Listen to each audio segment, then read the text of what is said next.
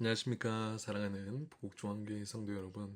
오늘은 상반기 3공부 5주차로 여러분을 찾아뵙게 되었습니다. 지난번에 이어서 오늘 우리는 빌립보서 2장 1절부터 11절까지의 말씀을 통해서 복음 안에서 시작되는 공동체라는 주제로 공동체의 본질에 대해서 살펴보도록 하겠습니다. 오늘 우리가 다루게 될 이 본문은 단순하게 좋은 공동체를 만들기 위한 윤리적 측면의 권면이 아닙니다. 복음이 공동체 안에서 어떻게 실제 삶으로 나타나는지를 보여주는 말씀입니다. 바울은 오늘 말씀에서 행동을 요구하기 전에 먼저 전제를 말합니다. 그리스도 안에 무슨 권면이 있거든, 사랑에 무슨 위로가 있거든, 성령에 무슨 교제가 있거든, 긍휼이나 자비가 있거든. 어떻게 보면 이 말씀은 조건처럼 보일 수도 있습니다. 하지만 이것은 조건이 아니라 전제인 것입니다. 바울은 지금 이 공동체에게, 교회 공동체에게 없는 것을 만들려고 하는 것이 아니라 이미 너희 안에 있는 것을 다시 보라고 말하고 있습니다. 이렇게 말할 수도 있을 것입니다. 그리스도 안에 권면이 있지 않습니까? 사랑의 위로가 있지 않습니까? 성령의 교제가 있지 않습니까? 긍휼과 자비가 있지 않습니까? 라고 말입니다.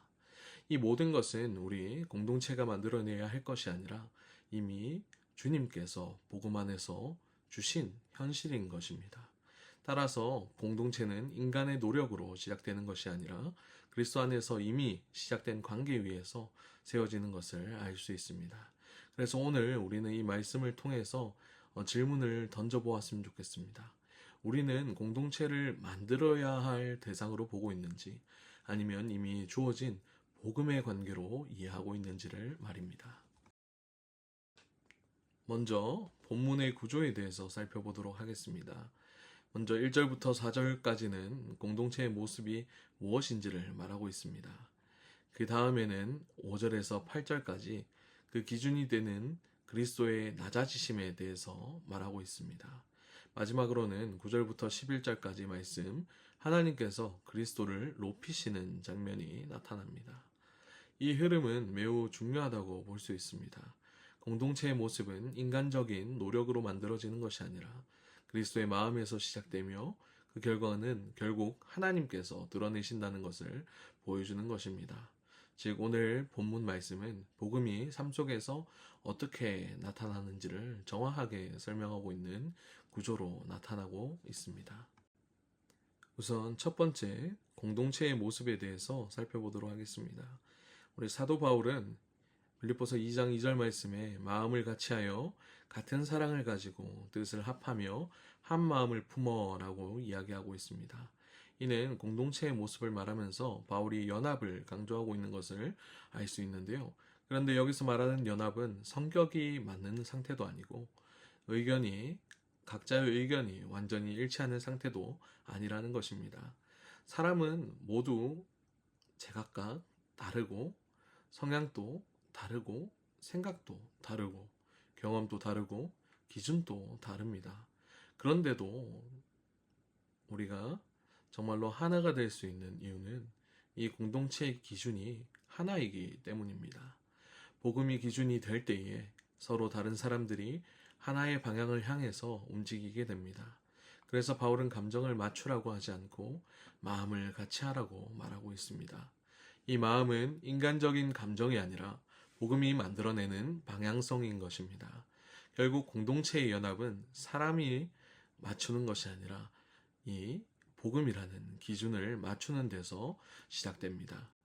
이어진 본문 3절에서 4절까지 말씀에서는 아무 일에든지 다툼이나 허영으로 하지 말라라고 말하며 바울이 공동체를 무너뜨리는 핵심적인 요소에 대해서 정확하게 짚어내고 있습니다.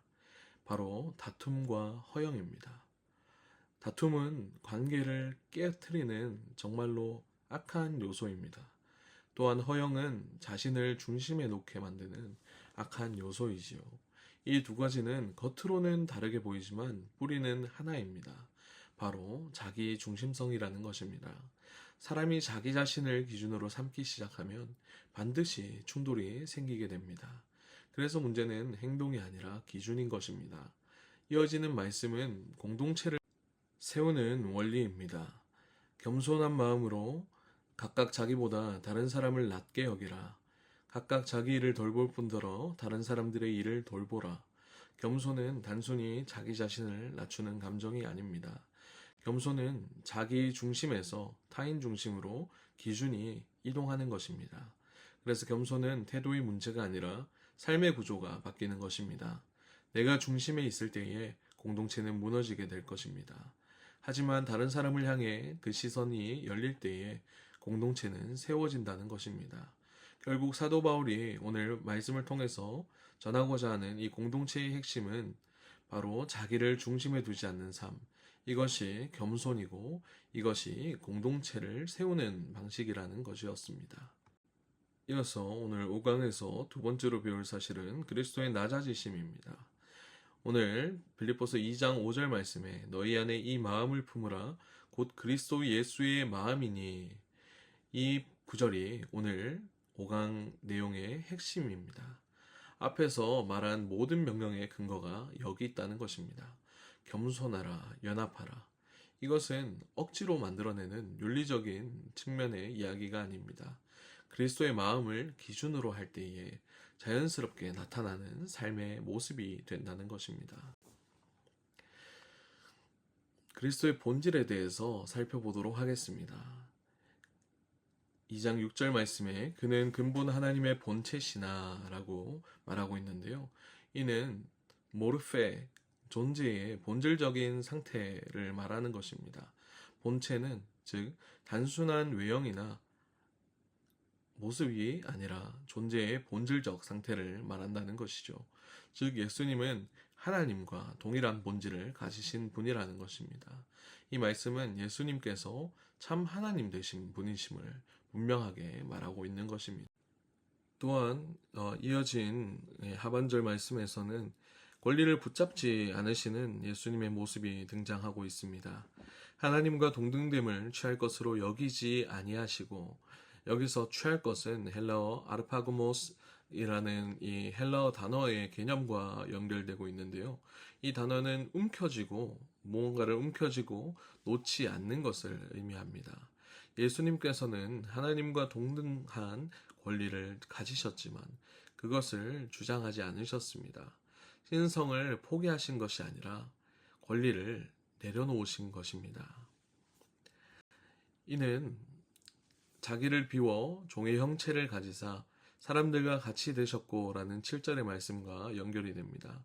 여기서 비우다라는 이 헬라어 단어에서 이 비우다라는 의미가 낮추다라는 의미로도 적용이 되는데요. 이것은 존재를 없앤다라는 의미가 아니라 자신을 낮춘다는 이 예수님의 선택이셨습니다.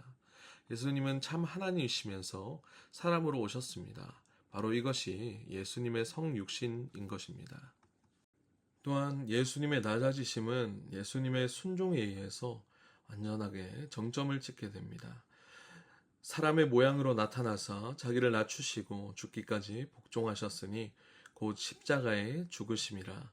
이 본문 2장 8절의 말씀은 예수님의 낮아지심이 단순한 겸손이 아니라 완전한 순종임을 나타내고 있습니다. 그리고 그 순종이 이어져서 십자가까지 이르게 됨을 볼 수 있었습니다. 십자가는 이 당시에 가장 수치스러운 형벌 중에 하나였지만, 정말로 수치스러운 죽음이었지만 예수님께서는 완전하게 순종하심으로 낮아지시고 그 길을 선택해 주신 것입니다. 이어서 하나님의 높이심, 이 세 번째 주제에 대해서 살펴보기 전에 이전 빌립보서 1강부터 4강까지의 내용 가운데 우리 빌립보의 도시적 배경에 대해서 살펴보았는데요. 빌립보는 로마 식민지였다는 사실을 우리 사랑하는 성도 여러분께서도 들어서 기억을 하고 계실 것입니다. 로마 시민권을 가진 사람들이 자부심을 가지고 살아가는 이 빌립보라는 도시, 이 사회의 중심에는 황제가 있었습니다. 당시 로마에서는 황제를 주라는 표현으로 사용하였습니다. 이 표현은 단순한 존칭이 아니라 절대적인 권위를 의미하는 말이었습니다. 그런데 그리스도인들은 전혀 다른 고백을 했습니다. 예수는 주다. 이 고백은 단순한 신앙 고백이 아니라 세상의 질서에 대한 정면적인 돌파이며 선언이었습니다. 즉, 이 고백은 황제가 아니라 예수님께서 우리의 주다라는 의미를 가지고 있는 것이지요. 그래서 이 신앙은 반드시 이 사회와 충돌을 낳을 수밖에 없었습니다. 이 배경 속에서 보면 빌립보서 2장은 단순한 겸손 이야기가 아니라 예수님의 주권에 대한 선언으로 이어지는 본문임을 우리는 알 수 있습니다. 이어서 본문 2장 9절 말씀에서는 이러므로 하나님이 그를 지극히 높여 모든 이름 위에 뛰어난 이름을 주사라는 말씀을 통해서 앞서 우리가 살펴보았던 그리스도의 낮아지심이라는 주제와는 반전된 주제로 진행이 되는 것을 알 수 있습니다. 이 말씀에서 가장 중요한 단어는 이러므로라고 볼 수 있는데요. 이것은 단순한 연결이 아니라 원인과 결과를 나타내는 표현이기 때문입니다. 그리스도의 낮아지심과 순종이 있었기 때문에 하나님의 높이심이 이어진 것입니다. 이것은 성경 전체의 흐름과 같습니다. 자기를 높이는 자는 낮아지고 자기를 낮추는 자는 높아지리라는 예수님의 말씀을 통해서 예수님의 삶은 이 말씀의 원리를 가장 완전하게 보여주는 사건임을 알 수 있습니다. 그래서 높아지심은 우연이 아니라 이 그리스도의 완전하게 낮아지심, 완전한 순종에 대한 하나님의 연결인 것입니다. 이어지는 10절에서 11절 말씀에는 모든 무릎, 모든 입이라는 단어를 통해서 우주적인 주권을 선언하고 계심을 알 수 있습니다. 하늘에 있는 자들과 땅에 있는 자들과 땅 아래에 있는 자들로 모든 무릎을 예수의 이름에 꿇게 하시고 모든 입으로 예수 그리스도를 주라 시인하여 하나님 아버지께 영광을 돌리게 하셨느니라. 이 장면은 단순한 묘사가 아니라 선언임을 이 말씀을 통해서 알 수 있습니다. 모든 존재가 예수님 앞에서 무릎을 꿇게 되는 것이지요. 이것은 선택의 문제가 아니라 궁극적인 현실이라는 것입니다. 내가 꿇고 싶지 않다고 해서 꿇지 않는 것이 아니라 정말로 이 모든 존재가 예수님 앞에 무릎 꿇을 수밖에 없다는 이 예수님의 우주적인 주권이 선언되고 있는 것입니다. 그리고 모든 입이 고백을 하게 되는 것을 우리는 볼 수 있습니다. 예수 그리스도는 주다. 이 고백은 구약에서도 하나님께만 사용되던 표현이었습니다. 즉 예수님의 주되심은 단순한 권위가 아니라 하나님의 자리와 연결된 선언인 것입니다. 그리고 이 모든 것은 하나님 아버지의 영광으로 이어집니다. 복음은 여기서 끝나는 것입니다. 예수님의 낮아지심으로 시작된 이야기가 결국에는 하나님의 영광으로 완성된다는 것입니다. 오늘 이제 강의를 마치겠는데요. 이 강의를 정리하면서 세 가지 포인트를 제가 정리를 해보았습니다. 먼저 공동체는 겸손으로 세워진다는 것입니다. 그리스도의 마음으로 세워진다는 것이죠. 또한 두 번째, 겸손은 이 그리스도의 낮아지심, 완전한 순종으로부터 나온다는 것이었습니다. 그리고 세 번째는 하나님께서는 그리스도를 만유의 주로 높이신다는 것입니다.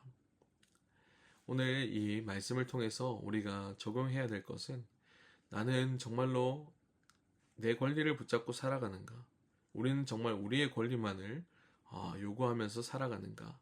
아니면 그것을 내려놓고 주님을 따르며 주님을 기준으로 삼고 복음의 삶을 살아가는가라는 것입니다. 이 질문이 우리의 신앙의 방향을 결정하는 중요한 질문이 되기를 소망하고 축원드립니다.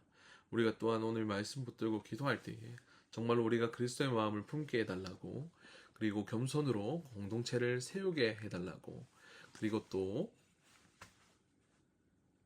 주 대신 예수님만을 따르게 해달라고 다 같이 기도하는 우리 복된 공동체, 복된 교회의 복중앙교회가 되기를 소망하고 축원드립니다.